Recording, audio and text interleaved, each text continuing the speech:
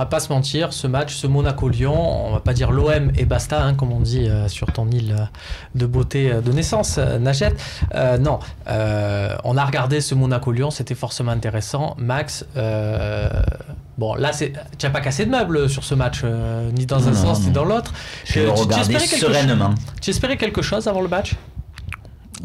Oui, j'espérais, c'est bête à dire parce que du coup j'espérais rien parce que j'espérais match nul quoi. Voilà, j'espérais qu'ils partagent les points. 2 points distribués au lieu de 3, voilà. Voilà, qu'on puisse garder un peu plus d'avance et un match un peu plus conséquent sur Monaco.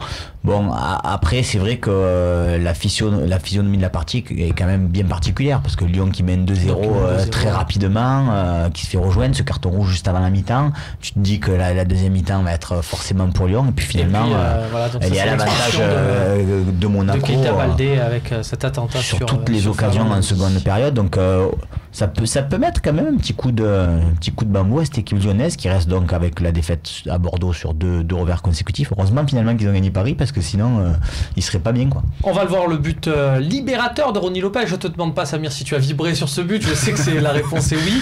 Est-ce que c'est parce que c'est avant tout un plaisir de voir Lyon perdre? C'est parce que j'ai Ronny Lopez dans mon équipe MPG. C'est bien, moi j'ai Keita.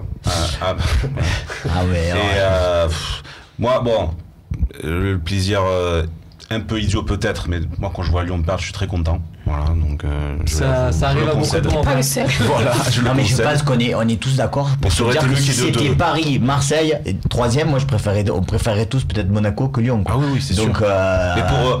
Mais pas que parce qu'on les aime pas, etc. Ouais. Mais même le fait que Lyon soit quatrième et n'ait pas la Ligue des Champions, ça peut enrayer un peu leur bonne marche. Ils vont être obligés de vendre des joueurs, pas pouvoir en acheter d'autres, etc. Donc c'est aussi important pour nous. Puis alors ça, Monaco, quoi qu'il arrive, c'est vrai que Monaco, quoi qu'il arrive, même si malheureusement pour eux, hein, parce qu'on s'en fout, ils finissent quatrième, ils ont un actionnaire suffisamment solide pour derrière acheter des joueurs ou pas, et puis ils ont une fiscalité aussi qui aide et puis une trésorerie, avec tout l'argent qu'ils ont, avec tout ce qu'ils ont vendu, de toute façon oui aussi, il y a ce qu'on appelle un petit trésor de guerre. Mathieu, toi ce match, regarde, tu as peut-être un peu plus de recul que nous là-dessus. Est-ce que tu penses que ça peut mettre un coup derrière la tête des Lyonnais, comme l'évoquait Max? Je sais pas, j'ai pas assez honnêtement d'éléments sur Lyon pour te dire comment ils peuvent réagir. Ils ont eu des moments effectivement où ils prennent parfois beaucoup de buts sur des sessions, et ça avait déjà été le cas en début de saison. Ils avaient pris 3 buts à Angers, ils avaient pris 3 buts contre Bordeaux, sur des matchs où c'était eux qui avaient été à 10. Donc c'est vrai que des fois on les sent un peu friables, notamment derrière où Morel retrouve le niveau que Nadjet voilà, il y a une justice apprécie, mais non, parce qu'il est plutôt bon en général, mais c'est vrai qu'il y a des fois il se manque un peu. Et Marcelo aussi, il faut le dire. Marcelo, le contrôle de la poitrine là, on nous avait dit sur ce plateau, c'est pas pour se moquer, c'est pas pour c'est facile, mais une personne ici sur le plateau nous avait dit Marcelo c'est meilleur que Rami. On avait dit sur le moment qu'on n'était pas d'accord. Bon, je crois que ça s'est vérifié sur le c'est pas mauvais défenseur, mais là c'est vrai que vous avez laissé dire ça quand même. Et là, il leur manquait un élément important aussi. Il leur manquait Lucas Touzard qui dès qu'il joue fait quand même la différence, parce c'est le seul à faire beaucoup de travail défensif sur tous les mecs de devant ou du milieu. Donc ça c'est important. Ndombele c'est un super joueur pour casser les lignes, mais il récupère très peu de ballons. Enfin c'est pas un vrai pur récupérateur. Donc écoute, s'il récupère Touzard, non, moi je reste sur mon idée que ça va être excitant jusqu'au bout quoi. On va voir le classement d'ailleurs, voilà, où on voit que l'OM a un matelas quasi inexistant, hein. C'est un tapis de gym, 1 point d'avance sur Monaco et 3 sur Lyon. Quand on se rappelle qu'il y a 2 journées on nous vendait Lyon comme futur dauphin et quelque chose d'excitant, et qu'aujourd'hui ils sont 4e, ça nous rappelle quand même une différence. C'est dur à dire. Moi tu vois, c'était à Noël, je disais Monaco 2e, Marseille 3e, Lyon 4e. Après il y a eu le PSG, donc on pouvait inverser. Maintenant on pourrait dire Marseille. Après tu peux te rapprocher. Après Rennes, je t'aurais dit Marseille 2e aussi. Ces petits détails qui font qu'aujourd'hui on a.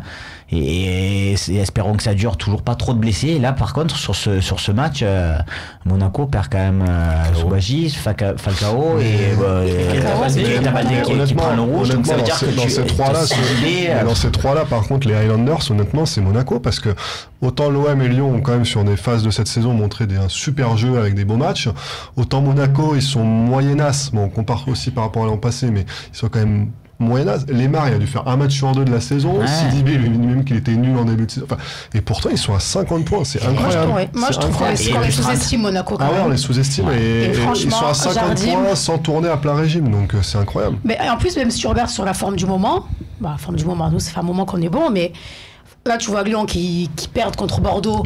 Là, ils se prennent ça contre Monaco hier. En plus, Monaco jouait à 10. Moi, quand je regarde ce qu'on fait, nous, franchement, c'est impressionnant. Et je pense que, limite, je trouve qu'on ne le dit pas assez. C'est que déjà, tu regardes après le match de Rennes, là où tu te dis on pouvait couler, ben là, tu enchaînes et tu fais une série qui est magnifique jusqu'au match de Lyon. Et là, tu te dis, c'est bon, la série, elle est stoppée. Peut-être qu'on sera peut-être un peu moins bon. Et là, ça prouve vraiment que, franchement, au niveau de l'état d'esprit, et c'est pas que l'état d'esprit, c'est même offensivement et défensivement, franchement, c'est fort. Parce que derrière, depuis Lyon, on perd pas. On fait ce match nul contre Monaco. Franchement, c'était un bon match. Et Monaco, pour moi, je trouvais que c'était mérité le match nul. Parce que franchement, c'est une très très bonne équipe. Tactiquement, moi, il m'impressionne, Monaco. Alors, on va voir les calendriers. On a un très haut niveau là, de ces équipes. Je pense que c'est eux qui seront finalement à la lutte. J'ai plus peur de Monaco que Lyon. Et alors, tu vois, regarde, c'est en bleu marine, mais on voit quand même, il va y avoir un match de coupe pour Lyon et pour Marseille, mais pas pour Monaco. Et puis ensuite, il y a des matchs d'Europa League qui sont inscrits en jaune pour l'OM et pour Lyon, mais pas pour Monaco. Donc, il va y avoir 3 matchs là où l'OM va en disputer 6. Et puis 3 matchs contre Angers, Dijon et Toulouse. Voilà. On sait ce que c'est. Je suis comme Nadjet, moi j'ai plus peur de Monaco que de Lyon. En plus, Villarreal, c'est quand même une bonne équipe. Après, chaque fois qu'on dit ça, je pense qu'ils sont, dans tous les cas, il n'y a personne qui sera décroché jusqu'à la fin. Là, je vois vraiment une lutte entre les 3. Mais voilà, j'ai plus. Je pense vraiment que Monaco, pour le coup, parce que c'est vrai, en plus, ils n'ont pas fait des matchs exceptionnels. Bon, contre les gros, ils sont là. Moi, j'ai plus. Est-ce que Monaco, le risque, Max, c'est que justement, d'avoir que 3 matchs d'un match par semaine avec un effectif assez important et de jouer Angers, Dijon, Toulouse, voilà, au Jovetic, au Keita Baldé, au Ronny Lopez, ça va pas leur parler autant que des joueurs de l'OM. Ouais, c'est sûr que comparé à Lyon ou à Marseille qui vont jouer effectivement 6 matchs, tu vas pouvoir impliquer tout le monde. On parlera sans doute plus tard de Abdenour qui était en conférence de presse cet après-midi, qui jouera certainement en coupe. Et c'est vrai que pour Monaco, tu vas être obligé de mettre à chaque fois les 11, on va dire, titulaires et peut-être perdre quelques joueurs. Mais bon, c'est quand même, à mon sens, un avantage d'avoir la récupération optimale entre 2 rencontres. Donc bon. Tiazako qui nous met un petit tweet. Tiens Samir, la bonne affaire, c'est la défaite de Lyon ou l'indisponibilité de Subasic et Falcao. C'est un peu un tu préfères. Je sais que tu les aimes bien. Pour l'instant, c'est la défaite, parce qu'indisponibilité, tu sauras que quand ils reviendront, si vraiment, regarde, nous au moment où Amavi se blesse, tu as un discours qui est catastrophiste, on dit qu'est-ce qu'on va faire sans lui. Puis bon, Subasic, et au final, voilà. Et puis Subasic, je pense que c'est une mauvaise nouvelle qu'il soit pas là. Je préfère qu'il soit là, moi. D'accord. Il est un peu moins franchement, cette année, il est moins là. Ils ont fait jouer le 3e gardien là. Ouais. Après, mon petit joueur, parce que Benaglio s'était blessé aussi en Coupe de France. Après, on parle de Lyon, c'est vrai que cette équipe est toujours au contact, alors qu'ils sont passés, ils ont eu vraiment leur série, à mon sens, difficile, quoi. Ils ont eu Paris, ils ont eu Monaco, donc c'est vrai il va leur reste Villarreal. Oui, non mais c'est pour le championnat, ça comptera pas. Voilà, donc du coup, nous je pense que les 4 prochains matchs sont super importants, parce que c'est vrai que tout le monde dit ça. Non mais c'est vrai, tu avais des petites équipes où tu savais que tu pouvais gagner. Alors évidemment, il fallait pas perdre ces matchs contre Metz, évidemment. Il a raison, et ils ont plutôt mis la manière, Marseille. Et là, honnêtement, t'as un petit peu augmenté le level quand même sur février pour moi par rapport à janvier. Après en mars, t'as Lyon. En décembre, par exemple, il va peut-être falloir gagner. Non, mais c'est sûr. Non, mais en décembre, t'avais un calendrier t'avais Montpellier, Lyon, c'était plus compliqué, tu vois. Là, c'est vrai qu'on a passé un mois de janvier d'un autre calibre. On passe à Florian Thauvin et un petit focus sur ses stats.